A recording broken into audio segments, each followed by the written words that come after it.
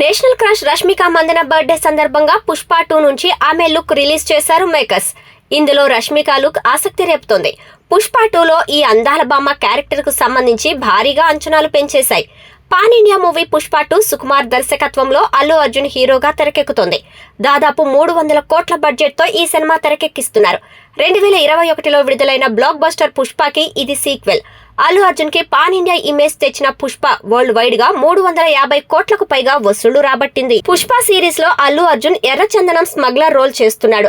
Red sandal చెట్లు నరికే కూలీగా వెళ్లిన పుష్ప ఆ స్మగ్లింగ్ మాఫియాకే హెడ్ గా ఎదుగుతాడు.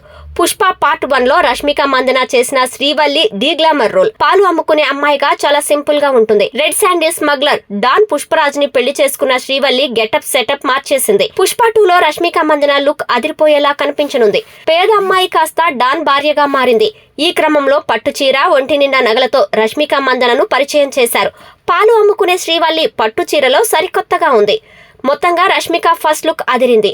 పుష్ప 2 ఆగస్టు 15న 5 భాషల్లో వరల్డ్ వైడ్ గా రిలీజ్ కానుంది. దాదాపు 1000 కోట్లు టార్గెట్ గా పుష్ప 2 విడుదలవుతోంది. పుష్ప 2 శరవేగంగా షూటింగ్ జరుపుకుంటుంది.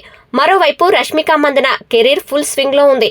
గతేడాది యానిమల్ మూవీతో భారీ బ్లాక్ బస్టర్ కొట్టింది.